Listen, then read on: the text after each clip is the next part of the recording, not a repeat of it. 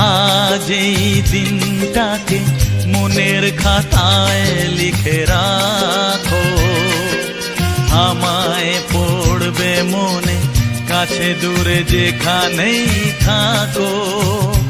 হো হো হো হে হে হে হে হা হা হা হা।